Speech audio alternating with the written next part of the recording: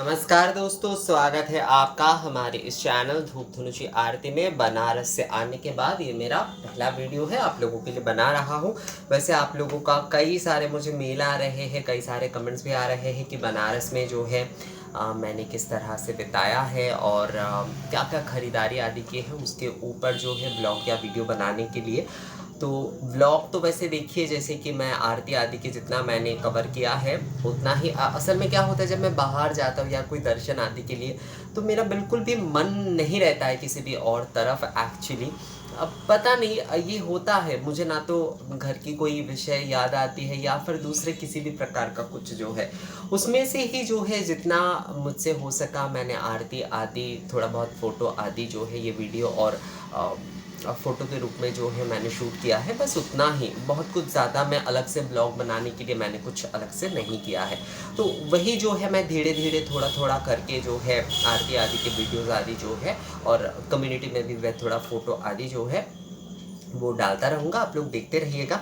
और क्या क्या ख़रीदारी मैंने किए हैं बनारस से, बहुत कुछ खास किए हैं ऐसा तो नहीं है, पर कुछ जो है विशेष भी बोल सकते हैं। मतलब मेरे लिए वो विशेष है क्योंकि मुझे ऐसे कुछ विषय मिले, ऐसे कुछ पूजा की चीज़ें मिले जो मैंने एक्चुअली सोचा नहीं था और मुझे मिलते ही मैंने उन सारी चीज़ों को ख़रीद लिया है।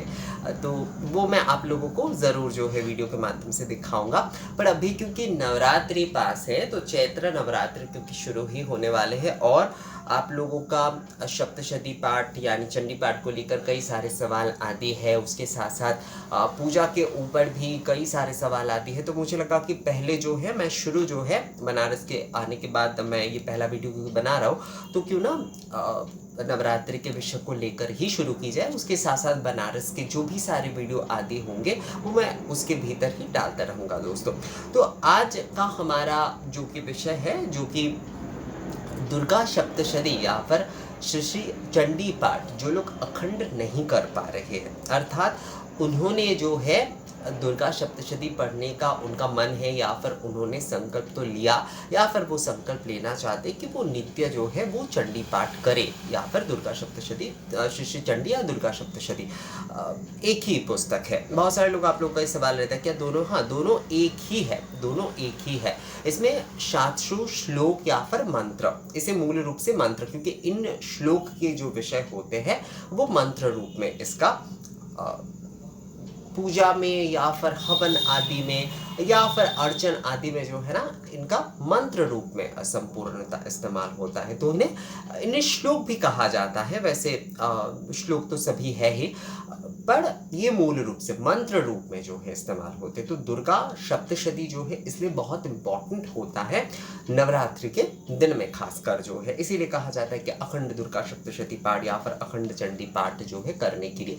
तो जो लोग नित्य करते हैं उनके लिए भी ये समस्या है कि पूरा 13 अध्याय पढ़ना संभव नहीं होता है और नवरात्रि के 9 दिन भी जो लोग करना चाहते हैं अखंड पाठ, उनके लिए भी करना कई समय संभव नहीं होता है।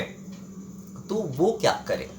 यहाँ पर पहली बात तो आप जो है अगर आप दुर्गा सप्तशती पाठ करना ही चाहते हैं नवरात्रि के नित्य दिन, तो मैंने पहले जैसे आप लोगों को बताया है कि अर्गला स्तोत्र जो है कम से कम आपको जो है अर्गला स्तोत्र का पाठ आपको करना ही चाहिए।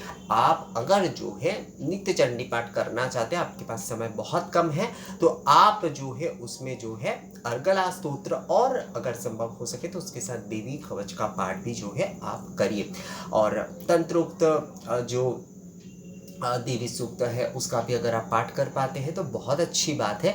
एक भाई ने मुझसे पूछा था कि दादा क्या हम नित्य दिन अगर जो है तंत्रोक्त देवी सूक्त पढ़ने का यानी कि पाठ करने का ही अगर संकल्प लेते हैं तो क्या उसमें कुछ गलत है? नहीं, कुछ गलत नहीं है। आप जो है बिल्कुल अगर आप उस संकल्प के साथ ही जो है नवरात्रि के 9 दिन पाठ करना चाहते हैं तो आप कर सकते हैं। पर जो लोग चंडी पाठ करना चाहते हैं, मैं यहाँ पर केवल मात्र दुर्गा मतलब ऐसे तंत्रोक्त देवी सूक्त आदि के विषय में नहीं, बल्कि जो चंडी पाठ पूर्ण नहीं कर पा रहे हैं पर वो चंडी पाठ करना चाहते हैं उनके लिए मैं बता रहा हूँ यहाँ पर।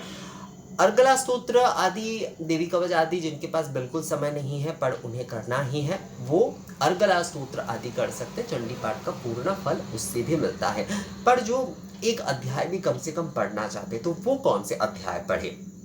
इसमें से आप जो है चौथा जो अध्याय जो है जो कि देवी स्तुति अध्याय है और 11वां जो अध्याय है जो कि नारायण स्तुति अध्याय है, इसमें से कोई भी एक अध्याय या फिर ये दोनों अध्याय ही जो है आप पढ़ सकते हैं।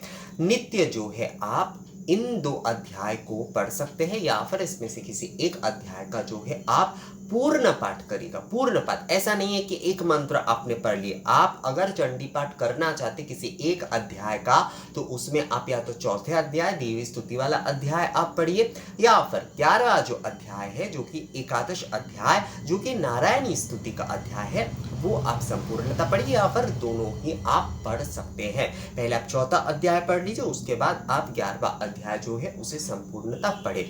उसके पहले जैसे कि नियम के अनुसार आपको अर्गला स्तोत्र आदि और उसके साथ साथ देवी कवच आदि का पाठ करना चाहिए और ये पढ़ने के बाद आपको देवी सूक्त और वैदिक देवी सूक्त और तंत्रोक्त देवी सूक्त दोनों का पाठ करते हुए आपको चंडी पाठ जो है वो पूर्ण करना है। तो जो लोग नित्य दिन यानी कि नवरात्रि के 9 दिन ही जो है चंडी पाठ वो करना चाहते हैं यानी सप्तशती पाठ वो करना चाहते हैं पर अखंड रूप से वो नहीं कर पा रहे हैं यानी कि वो 13 जो अध्याय है वो नहीं पढ़ पा रहे हैं तो वो जो है चौथा अध्याय या फिर जो है जो 11 अध्याय जो है उसका वो पाठ कर सकते हैं। 11 अध्याय और चौथा अध्याय असल में मैं जो है रामकृष्ण मिशन के एक महाराज के क्लासेस करता हूँ, ऑनलाइन उनका क्लासेस होता है। तो उन्होंने एक बार इस विषय में चर्चा करते हुए कहा था कि ये 2 अध्याय जो है बहुत ही पावरफुल और ऊर्जा से भरा हुआ अध्याय है। अर्थात जो है इन दोनों अध्याय में माँ की स्तुति किए जा रहे हैं तो इसलिए ये बहुत पावरफुल होता है और ये अध्याय अगर हम पढ़ते हैं तो हमारे भीतर बहुत पॉजिटिवनेस आते हैं। ऐसा नहीं है कि आप जो है दूसरे अध्याय पढ़ेंगे तो उसमें नहीं होगा, पर क्या होता है कि कुछ मंत्र या फिर कुछ अध्याय आदि ऐसे होते हैं जिसका फल जो होता है या फिर जिसका सुफल बोल सकते हैं आप या फिर जिसका असर जो है वो आपको बहुत जल्दी देखने को मिलेगा। तो ये चौथा अध्याय और 11वां जो अध्याय है देवी स्तुति और नारायणी स्तुति का ये आपको बहुत जल्द मिलता है, आपको बहुत। और नवरात्रि के हम जो पूजा कर रहे हैं, जो व्रत आदि जो लोग व्रत आदि करते हैं और जो पूजा ही करते हैं केवल, तो या इस समय ज़रूरी क्या है, इस समय पॉजिटिविटी ही ज़रूरी है। माँ के साथ जो है हम एकात्म होते हैं इन नवरात्रि के समय जो है, तो इस मातृभाव को अगर हम पॉजिटिविटी से बहुत ज़्यादा जो है सींचेंगे तो ये हमारे भीतर उतना ज़्यादा बढ़ेगा और नवरात्रि के दिनों में हम माँ को जो है ना और भी ज़्यादा अपनी उपलब्धियों में ला सकते हैं। माँ के साथ हम अपना समय ज़्यादा से ज़्यादा बिता सकते हैं। तो जो लोग संपूर्ण अखंड चंडी पाठ नहीं कर पा रहे हैं, अगर 13 अध्याय आप नित्य पढ़ते तो इससे तो मतलब इससे अच्छा कुछ हो ही नहीं सकता, पहली बात है। पर जो है आप अगर नित्य नहीं पढ़ पा रहे हैं 13 अध्याय तो आप जो है कम से कम चौथे अध्याय या फिर 11 अध्याय जो 11वां जो अध्याय है उसे आप पाठ करिए। नवमी के दिन जिस दिन जाकर जो है आप पूजा जो है संपूर्ण कर रहे हैं यानी कि माँ को आप समर्पण कर दे रहे हैं, आपका पाठ आदि जो सब कुछ है, उस दिन जाकर आप अखंड चंडी पाठ कर सकते हैं। यानी कि उस दिन जाकर जो है आप संपूर्ण 13 अध्याय का पाठ करते हुए आप माँ को संपूर्ण आपका पाठ आदि जो है वो समर्पण करना होता है। हमेशा जो है ना आप कोई भी पाठ कर रहे हैं, मान लीजिए आप चौथे अध्याय का ही केवल पाठ कर रहे हैं, पर समर्पण करना बहुत ज़रूरी है। हमें अपने पाठ जप आदि ये सब कुछ जो है जिनके लिए हम कर रहे हैं उन्हें ही समर्पण करना है। अगर आप समर्पण करेंगे तभी आपको उसका फल मिलेगा। दोस्तों ये विषय जो है हमेशा ध्यान में रखिएगा कि समर्पण करना जो है वो बहुत ज़रूरी होता है। तो आप जो है नित्य दिन यानी कि प्रतिपद से लेकर जो है अष्टमी तक या फिर नवमी तक ही जो है आप जो है चौथे या 11वां अध्याय का पाठ कर सकते हैं या फिर आप जो है प्रतिपदा से लेकर अष्टमी के दिन तक जो है 11वां या फिर जो चौथे अध्याय है उसका पाठ करते हुए नवमी के दिन जाकर जो है आप संपूर्ण अखंड चंडी पाठ करते हुए माँ को आप समर्पण कर दीजिए। आपका पाठ जो है वो आप माँ को समर्पण कर दीजिए। और पाठ समर्पण भी जब होती है, हम जब पाठ जब आदि कुछ भी समर्पण करते हैं तो उसके बाद एक संक्षिप्त आरती करनी होती है पुष्पांजलि देकर जो है। तो ये विधि भी आप अवश्य करिएगा दोस्तों। तो जो लोग बहुत बार मुझसे बोल रहे थे कि हम जो है चंडी पाठ करना चाहते, दुर्गा सप्तशती पाठ करना चाहते हैं, पर हमारे ऑफिस के काम के कारण बहुत सारे लोग तो अभी वर्क फ्रॉम होम कर रहे हैं। तो वैसे बहुत सारे लोग क्या लगता है कि वर्क फ्रॉम होम करने का मतलब ये होता है कि घर पे रह के ही काम करते, तो उनका क्या काम है। ऐसा नहीं है, सभी का जो है ऑफिस टाइमिंग होता है और उन टाइमिंग में ही जो है उन्हें ऑनलाइन एंट्री आदि करना होता है। मैं समझ सकता हूँ क्योंकि मैंने खुद जो है ये काम किए हैं और अभी भी मैं जो है इसके साथ जुड़ा हुआ हूँ दोस्तों, तो मैं समझ सकता हूँ इस विषय को जो है। तो जो लोग वर्क फ्रॉम होम कर रहे हैं वो भी जो है पूरी तरीके से 13 अध्याय का पाठ वो कर पाएंगे नित्य प्रतिदिन, ऐसा संभव ना भी हो सकता है, पर उनका मन है कि वो दुर्गा सप्तशती जो है वो पाठ करें नवरात्रि के दिनों में। ये एक बहुत बड़ी बात है कि हम कर रहे हैं उस विषय को। ये बड़ी बात नहीं है कि हम जो है एकदम अखंड ही कर रहे हैं या फिर ऐसा कुछ, ये जरूरी नहीं है। हम उसे स्किप ना करते हुए, मतलब उसे संपूर्णता जो है हम किनारा ना करते हुए या फिर उसे स्किप ना करते हुए जो है हम अपने इच्छा शक्ति को बनाए रखते हुए कम से कम एक अध्याय का भी पाठ कर रहे हैं और उस एक अध्याय को जो है संपूर्णता समझ रहे हैं। क्योंकि जो भी अध्याय आप पढ़ेगा उसमें आपको माँ के ही विषय मिलेंगे, तो उस विषय को समझते हुए अगर आप एक अध्याय का भी पाठ करते हैं ना नवरात्रि के दिनों में, तो ये सबसे बहुत बड़ी बात है दोस्तों। तो इसलिए जो है आप चौथे या 11वां अध्याय जो है आप पढ़ सकते हैं। अगर आप जो है अखंड पाठ नहीं कर पा रहे हैं तो आप 11वां या चौथे जो अध्याय है उसे आप पढ़िए और उसके बाद जो है आप जो तंत्रोक्तम देवी सूक्तम आदि है उसका पाठ करते हुए आप पाठ संपूर्ण करिए।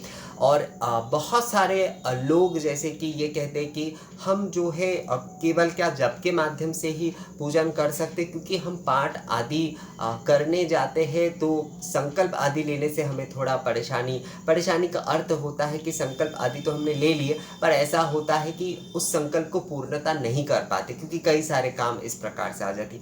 देखिए, संकल्प लेकर जो है ना आपको बहुत सारे बाधाएं आदि आ ही सकते हैं, पर उन्हें संपूर्ण करना बहुत ज़रूरी है। पर हाँ, अगर आपकी परिस्थिति जो है ऐसी है और आपको ऐसा लग रहा है कि आप एक अध्याय के पाठ के संकल्प लेकर भी समस्या आ सकती है, आप पूरी के अब बहुत सारे लोग के छोटे बच्चे आदि होते हैं, उन्हें लेकर जो है ये सारी कुछ परेशानी आदि हो जाते, तो बच्चों के विषय में तो किसी भी प्रकार की कोई नेग्लेंसी नहीं होना चाहिए। तो वहाँ पर जो है आप एक काम कर सकते हैं, आप 108 बार जो है ना दुर्गा नाम का जाप करते हुए भी आप जो है आप पूर्ण कर सकते हैं अपने नवरात्रि के पूजन को जो है। तो इससे भी जो है चंडी पाठ आदि के ही आपको फल मिलेंगे दोस्तों। तो ये विषय सभी के लिए, असल में सभी की अपनी अपनी भावना होती है, सभी की अपनी अपनी परिस्थिति होते हैं, पर जो लोग चंडी पाठ करना चाहते हैं कम से कम एक अध्याय, वो चौथा या 11वां अध्याय जो है अवश्य पाठ करें। तो मुझे लगता है आप लोगों को इस वीडियो के माध्यम से आप लोगों के जो भी सारे सवाल कंफ्यूजन आदि थे चंडी पाठ को लेकर कि कौन से अध्याय पाठ करना सही रहेगा अगर हम अखंड नहीं कर पा रहे, एक अध्याय हमें पाठ करना हो रहा है तो ये वीडियो कैसा लगा आप लोगों को मुझे कमेंट्स करके या मेल करके ज़रूर बताइएगा। अगर ये वीडियो अच्छा लगा है तो इसे लाइक और शेयर करना भी मत भूलिएगा दोस्तों। मिलते हैं आपसे अगले वीडियो में, तब तक के लिए नमस्कार।